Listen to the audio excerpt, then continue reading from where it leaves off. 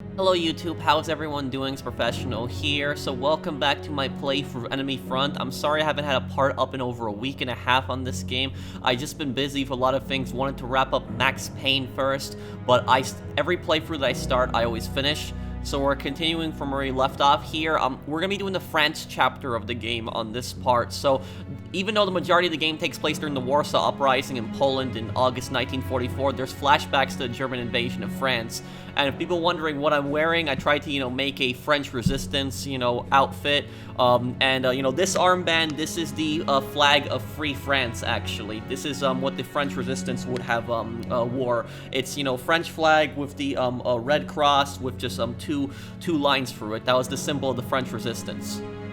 Okay, let's continue from where we left off here.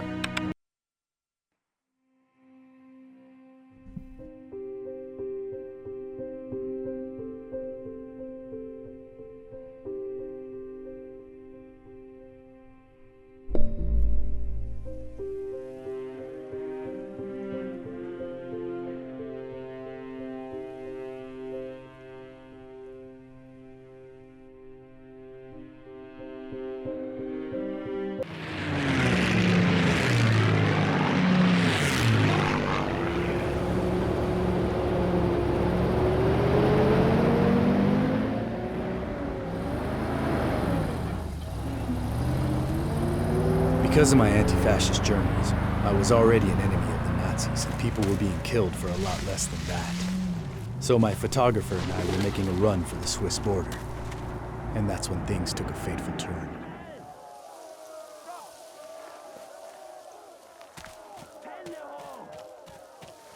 This isn't good. They're rounding up the resistance, and our contact, Josephina Brock, she's the one being loaded into the truck. Get in the truck! Yeah, that's his. They wouldn't have the Gewehr 43 rifle in 1940. That rifle did not exist yet. This is falling apart. Without Albrecht, there is no chance of us escaping to Switzerland. She knows the land, as the contacts. We should turn back. This is too dangerous. No! There's no turning back. No, please! We have done nothing wrong! We are innocent! Please! Fire! Please!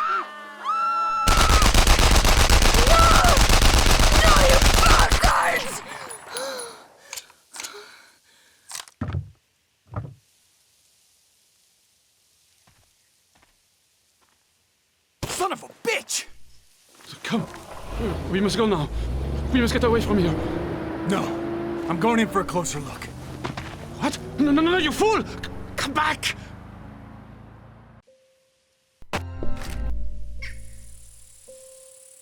So a lot of these massacres had happened in France during Nazi occupation, but a lot of times we don't see video games that actually take place during the German invasion of France. This is 1940. Most of the time when you see something taking place in France, it usually takes place 1944 when you're playing as like an American soldier that's fighting through to liberate France, but you don't see the actual invasion of France by Nazi Germany in 1940.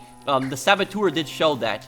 So, if you like my Sniper Elite 5 videos and you like my Saboteur videos, I think you'll like this chapter as well.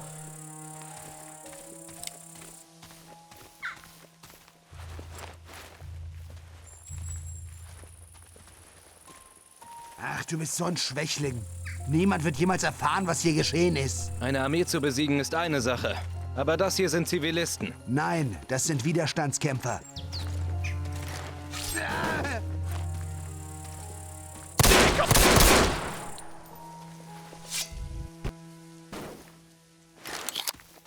So a lot of these massacres did happen in France during Nazi occupation. Some of the worst massacres actually happened.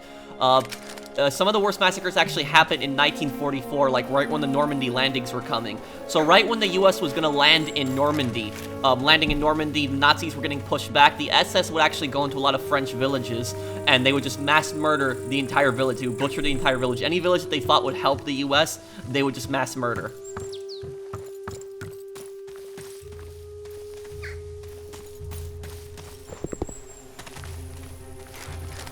At this time, Nazi Germany was also setting up a puppet government in south of France. So in 1940, what actually happened was France was divided in two. The southern France was Vichy France, which was, a Nazi puppet state. and northern France was, you know, fully occupied by Nazi Germany, including Paris and such. And by 1944, Germany actually had occupied all of France, so they actually went into Vichy France and they occupied that too.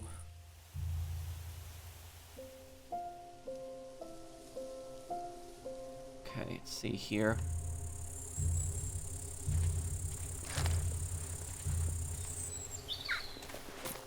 You can at least, you can mark people with these binoculars. That's a good feature. Okay. I do appreciate that this game has stealth. That I do appreciate. And there's an MG. This game did capture the French countryside pretty good. You know, it did a tremendously good job. This is a lot what the French countryside looks like. I've never been to France, but I've seen what a lot of the buildings look like, especially in World War II documentaries. And this is actually pretty accurate. But the most accurate depiction I've seen of the French countryside in a video game has to be Hell Let Loose.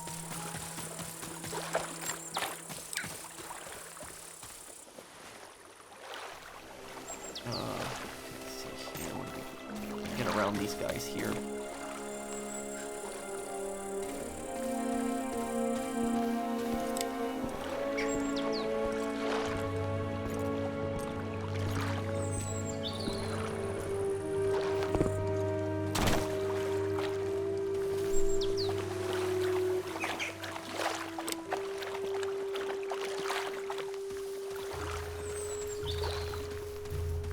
That windmill does seem like a good vantage point.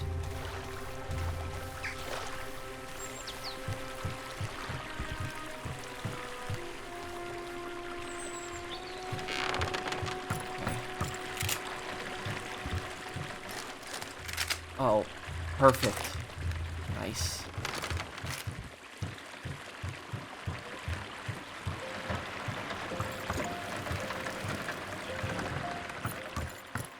I do like the soundtrack in this.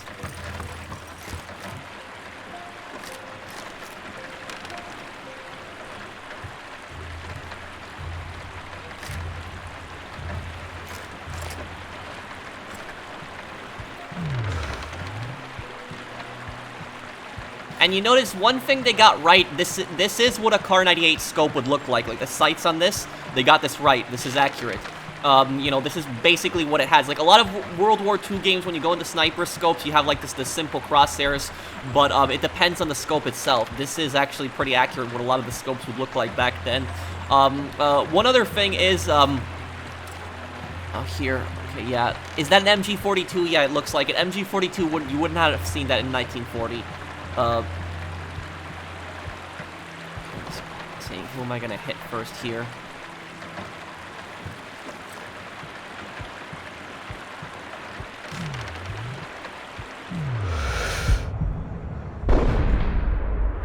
Also, another thing, you notice how I can't zoom in more. Oh, what, they didn't hear that? I'm surprised, they should have heard that, yeah.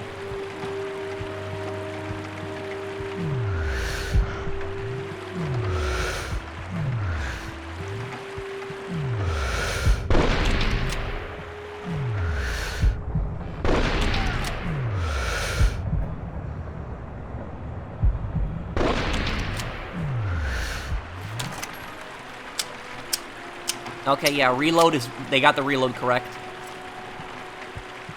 So, back then, like, a lot of times what World War II games get wrong about sniper rifles is that you can just keep zooming in.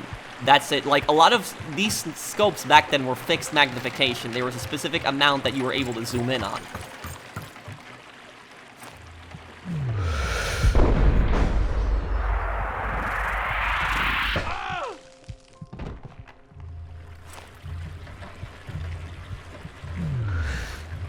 See him from here, okay.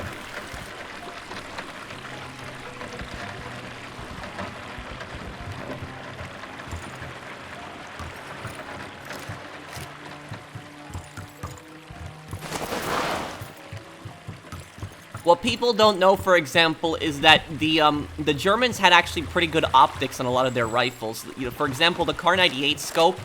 Car 98 scope had a magnification of 8, I believe, where the American Springfield scope had a magnification of 4. So the Kar 98 was able to actually see 2 times farther.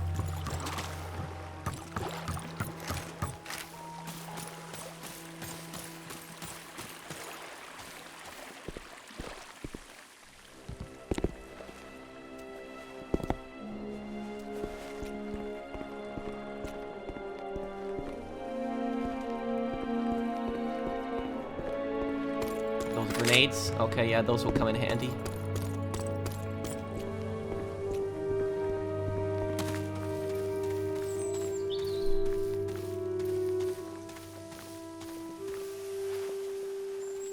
Ja, diese Partisanen sind verrückt. Kämpfen mit Mistgabeln gegen Panzer.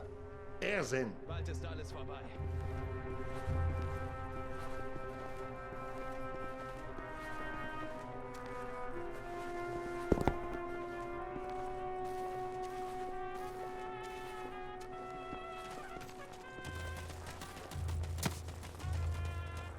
So, this Hauptmann Brunnen Haselbrock.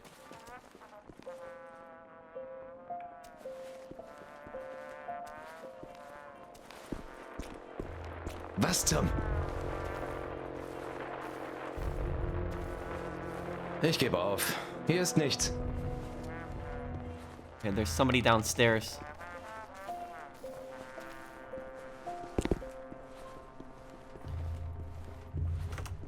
And I'll tell you guys, for being a game that came out in 2014, I think the game has pretty good graphics, don't you guys think? I think they're decent.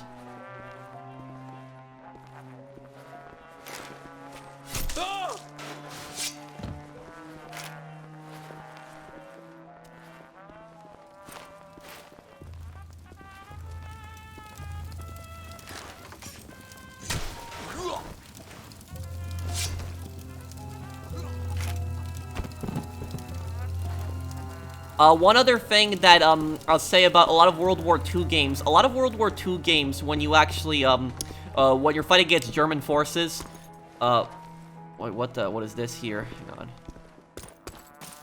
There's somebody still in this building. I felt like I was getting spotted before. What the? Okay, let's just move on then. Oh crap, yeah.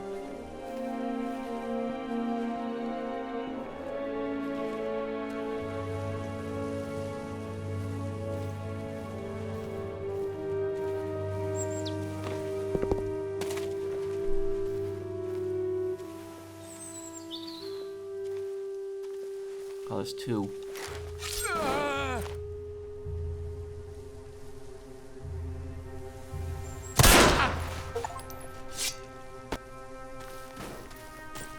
Okay.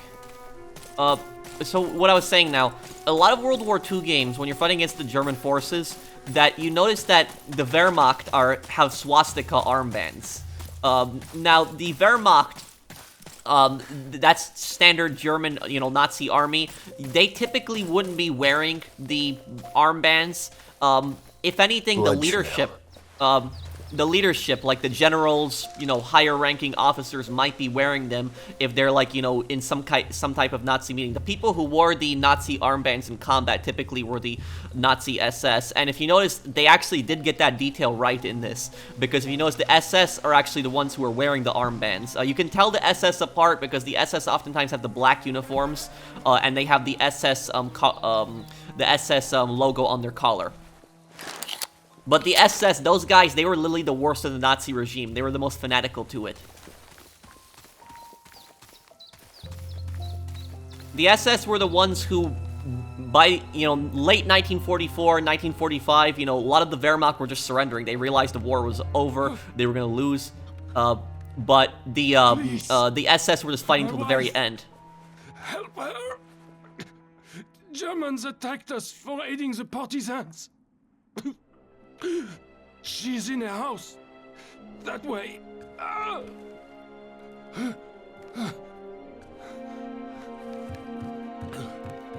Help her. Okay, he said she's in a house. That way. Where am I right now? Okay, yeah, so you got a map, this is nice at least. Ich hab ihn getroffen. Sehen wir in der Scheune nach.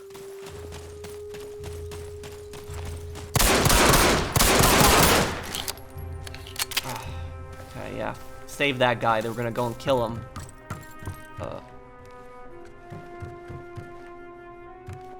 Well, looks like he dies either way. But it's, okay, let's see if we can save his wife then.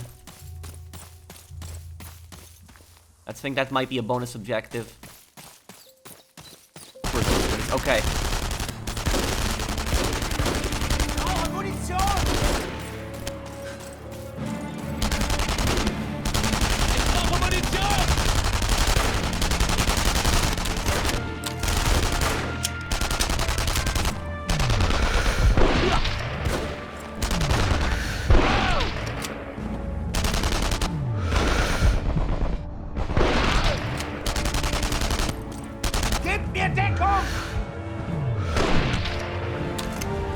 Okay, all down.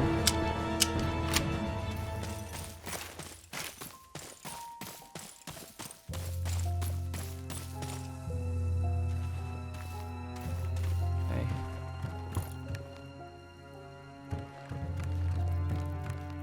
Okay, looks like his wife right there.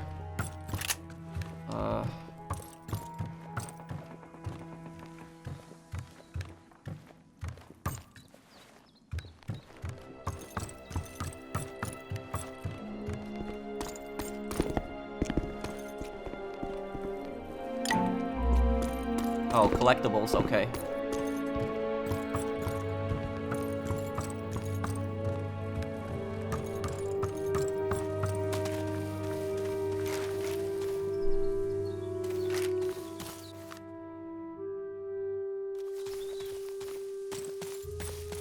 So, here's what I'll tell you guys, and this is one thing that honestly pisses me off so much. When, like, I hear people say that, like, the French are cowards and that the French surrendered, that honestly pisses me off when I hear stuff like that. Because France, in 1939, September 1939, they actually invaded Germany. A lot of people don't know that. And they actually did push through with minimal resistance. Now, when France actually invaded Germany, this was right after Germany invaded Poland, Hitler freaked out because they were completely unprepared for a French offensive in the West. And the Nazis did not think that the French would actually intervene militarily. And what actually happened is, later on, what the French ended up pulling back. The French generals said, we're pulling back, we're going back, which was a massive mistake. They should have kept advancing into Germany, because that allowed Germany to then, after they conquered all of Poland, because 90% of the German army was in Poland at that time, Germany, after they conquered Poland, took their, half of their forces, and then just really charged just with the French in May of 1940, in the, invasion of France. So it was a massive mistake that they did that. They should have kept advancing. And Alfred Jodl, who was actually one of Hitler's top generals, in 1945, after the war was lost, he said that if France actually kept pushing in 1939, they could have got to Berlin and ended the war early. So that wasn't the fault of France, it was the fault of the French generals. The generals were just incompetent. The soldiers were tough, they were strong. They pushed through Germany pretty well, but the generals were stupid in a lot of their tactical decisions. And going back to my point here, is that the French resistance, literally, the same people who accuse the French of being cowards and they accuse the French of, surrendering and not fighting, those same people who accuse the French of being cowards do not even have half the courage that the French resistance had. Because imagine in this time period, just living in Nazi-occupied France, that, the Nazis could just kick in your door, the Gestapo, at 4 o'clock in the morning, take you away, and you'll never be seen again. New secondary objective, help resistance fighter.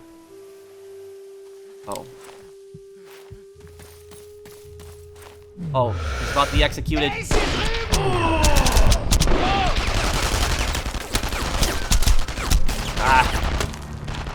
Ich brauche ein Magazin!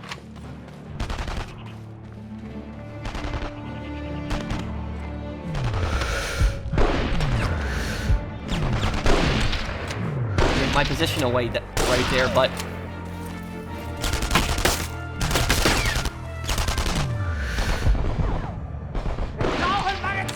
what?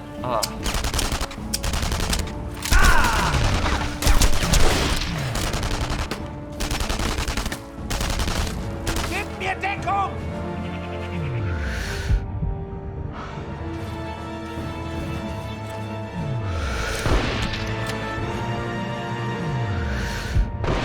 Ist hier drüben! I might have to change from this Par 98 a little bit.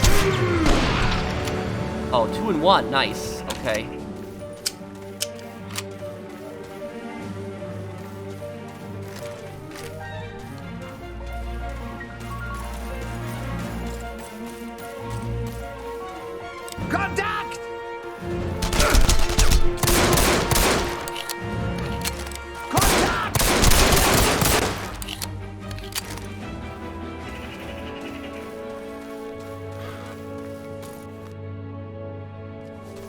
talk to Resistance fighter.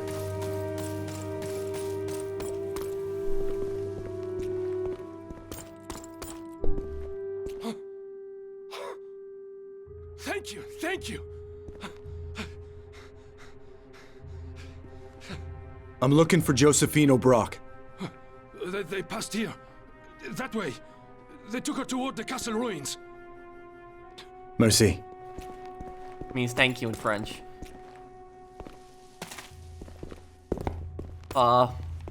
So what I was saying, you know, before is that imagine how scary this would have been just to be in Nazi-occupied France, but not only that, to be a resistance fighter. Because here's the thing about this.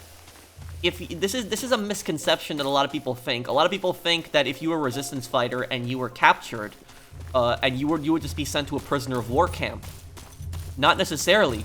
If you were a resistance member and you were caught, you'd be executed. They'd shoot you, they'd hang you, they might even send you to a concentration camp, or what the Gestapo might do is they might put you in prison and just torture you for weeks and weeks and weeks until you give up the rest of the resistance.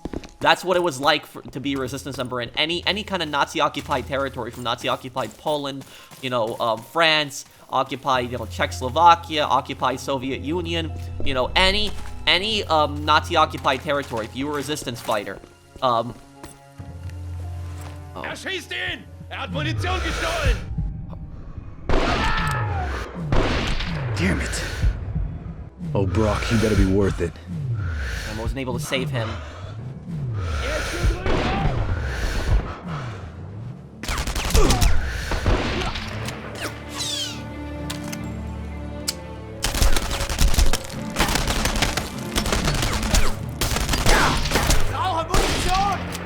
Damn, inaccuracies.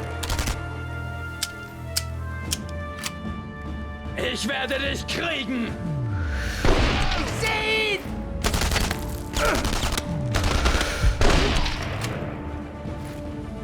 Ich sehe ihn!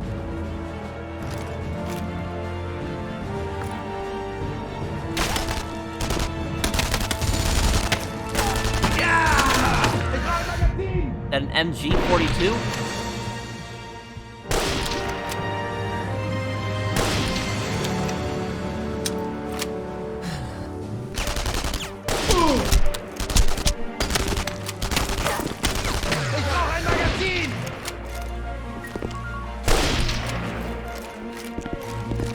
Wait.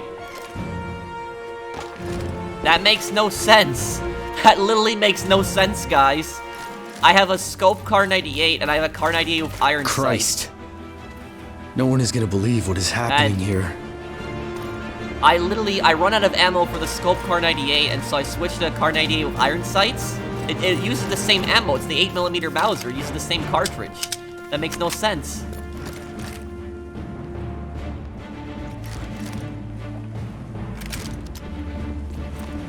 Panzerfaust. Now the Panzerfaust, about this thing, this is actually one of the greatest rocket launchers ever made, is this thing, especially during World War II. And if you notice, this looks very similar to an RPG. Don't you really get that idea of it? The RPG was inspired by this design. Oh crap! Well, good thing I got the Panzerfaust. I'll be able to show you guys now.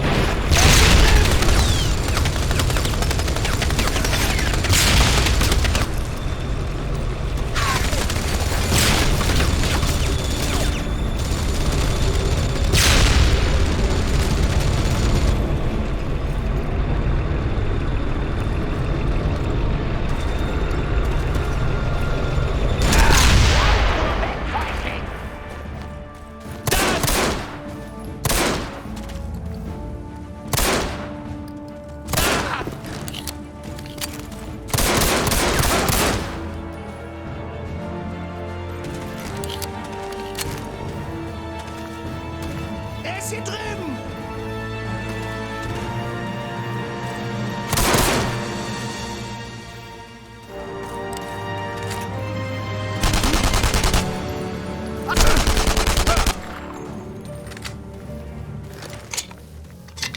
Like we're in the clear. And what I was saying about the Panzerfaust is that the Panzerfaust was such a great rocket launcher because it was cheap to manufacture. You know, it was a disposable rocket launcher. Use it once, you get rid of it. But because of that, they were able to, you know, mass produce hundreds of thousands of rocket launchers. The design of it was very smart. And, you know, future armies, you know, made rocket launchers very similar to that Shape Charge. Something, you know, that could be mass produced in such quick notice. And the thing about it is the Panzerfaust, for being such a being such a cheap rocket launcher, it was actually very effective.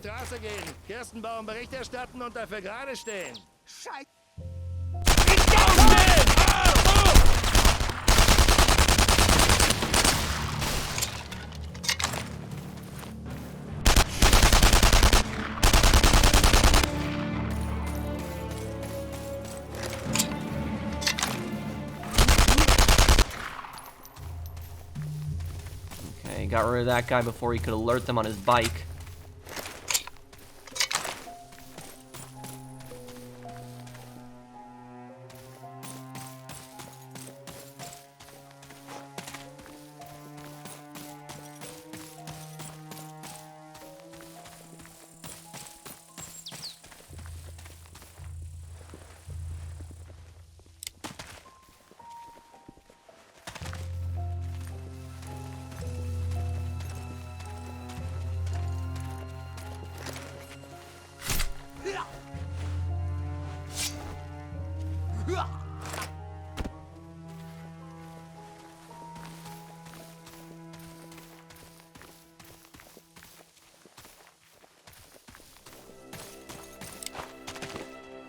Can't climb on top of this.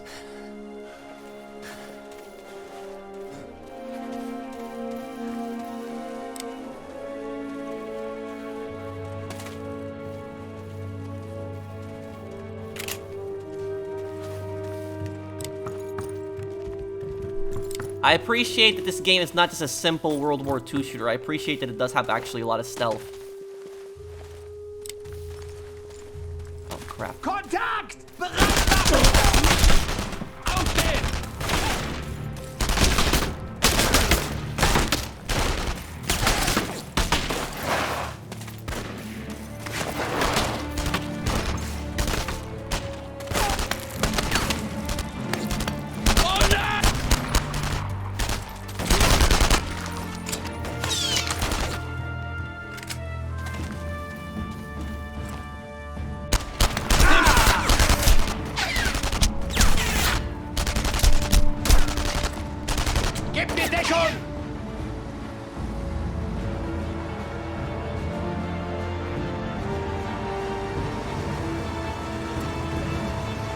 Findet sie!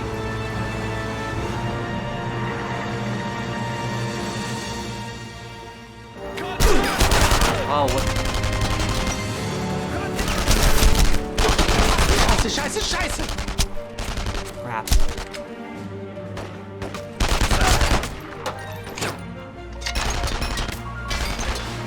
Ich brauche Munition!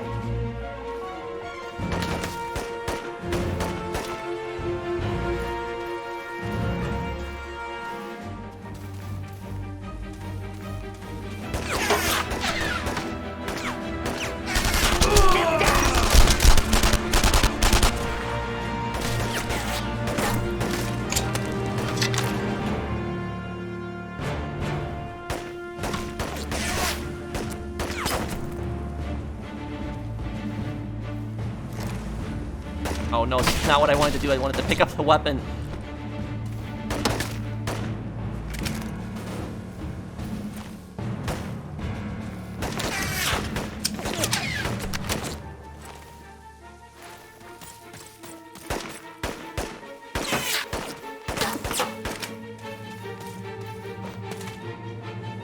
Werfe eine Granate!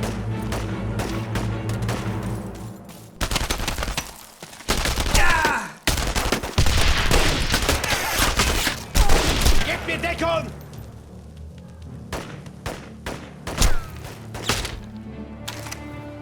He's in really good cover. You don't have to reload a full clip into the Kar 98 if you already have a few rounds in it, just how much you have to still load. Scheiße! Kann ihn jemand sehen?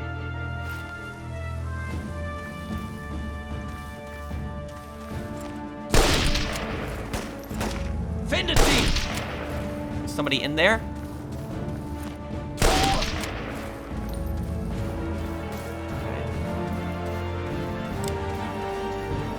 Findet ihn!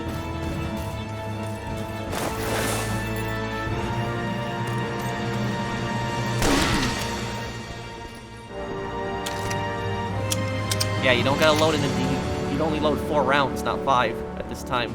I already got one in the rifle already.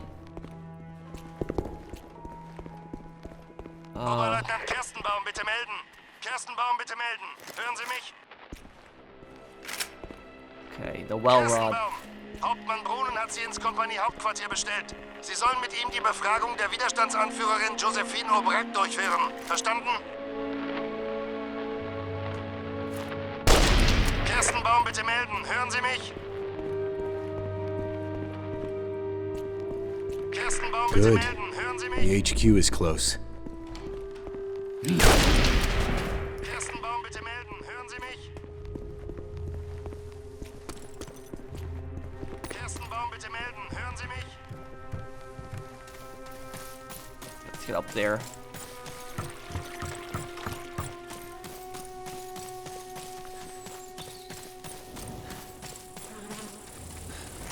Now this weapon, the well rod, this is a British bolt-action suppressed pistol. The suppressor is actually built inside it. You guys might recognize this from Sniper Elite. Sniper Elite's signature handgun. It was a real handgun, but it'd be a weird handgun to see this in the invasion of France in 1940. This is something that British commandos would carry around.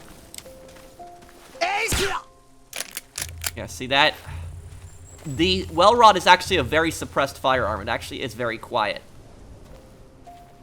A lot of times suppressors... What games get wrong about suppressors is that they're like completely quiet. Like you could be 5 feet away from somebody who uses a suppressor and they won't hear it.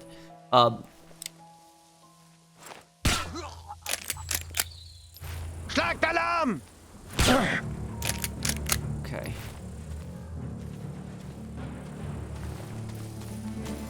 Suppressors always make some noise. That's why they're called suppressors. They're not silencers. They're suppressors. They suppress the sound of the firearm.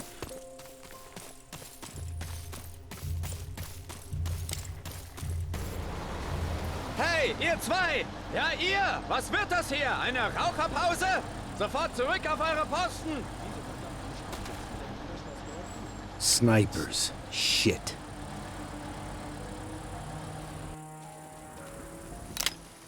Reload this.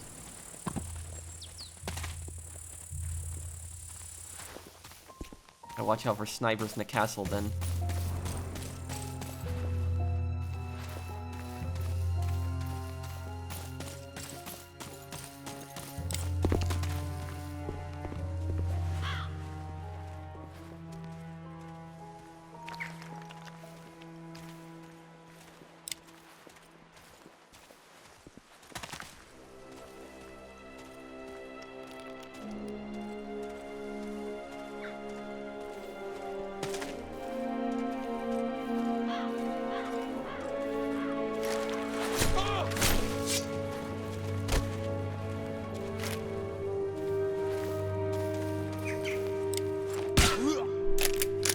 Yeah, pretty good stealth though in this game, I'll say. For not a very high budget game. What the crap?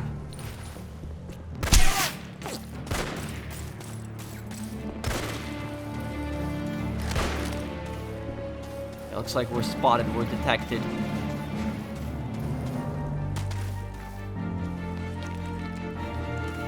You can see that sniper right behind me.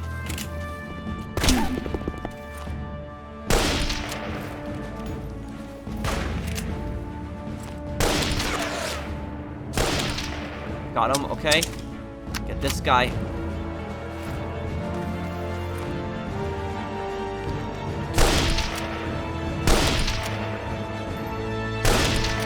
Got him.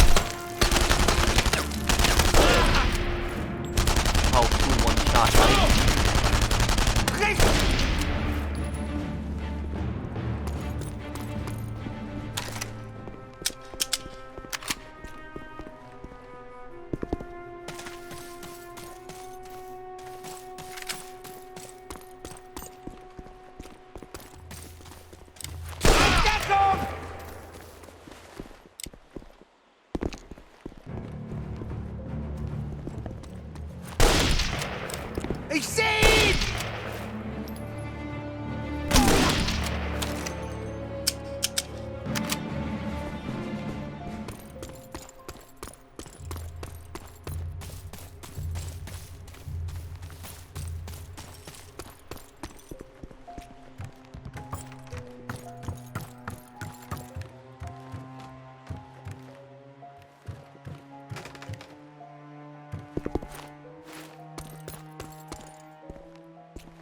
All right, Hawkins.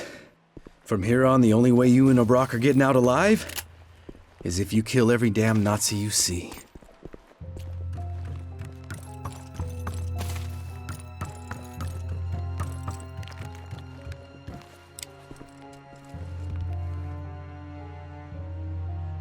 How am I getting spotted? Where are they?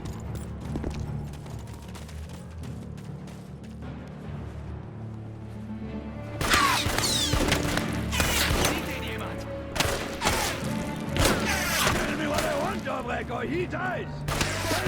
Never. We will never submit to you! Very well.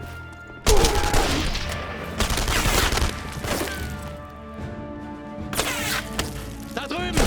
Next round are for you! You will never get anything from me, no matter what you do!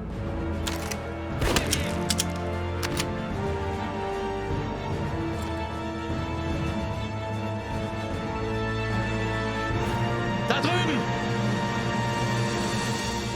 Okay, where are they?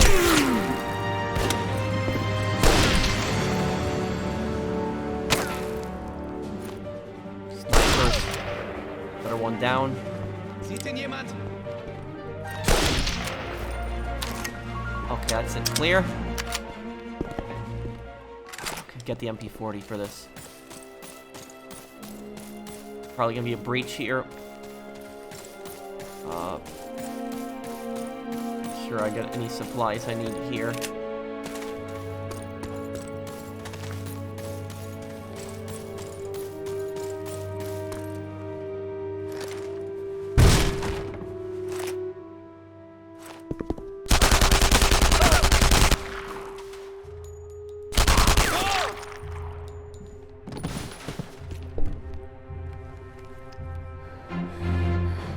You are Robert Hawkins, yes?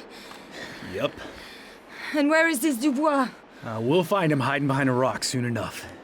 Hey! Do we still have a deal? Perhaps.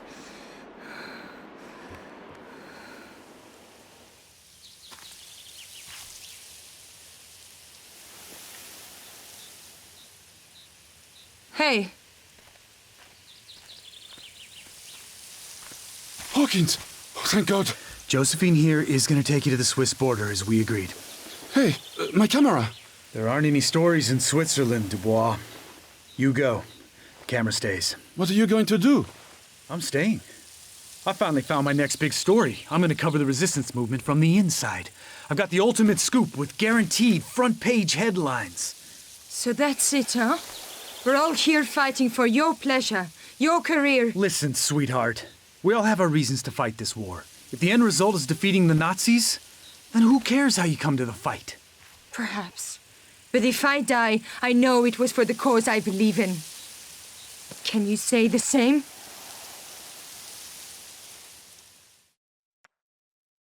So Hawkins does change his mind later on that. Okay, yeah, so this is, this right here is going back to the Polish resistance. This is the Warsaw Uprising, so we're gonna be continuing the Warsaw Uprising on the next part. Thank you guys for watching. You know, I do hope you guys enjoyed this series. You know, I wanted to play a game for you guys that was on the anniversary of the Warsaw Uprising, which is, a very important day in Polish, you know, very important event in Polish history. And it's also one of the worst, you know, this is one of the worst time periods in both France and Poland's history. So thank you guys for watching. I hope that you guys enjoyed this. If you guys enjoyed this part, do drop a like, and I will see you guys on the next one. Take care, everyone. Have a wonderful day, guys.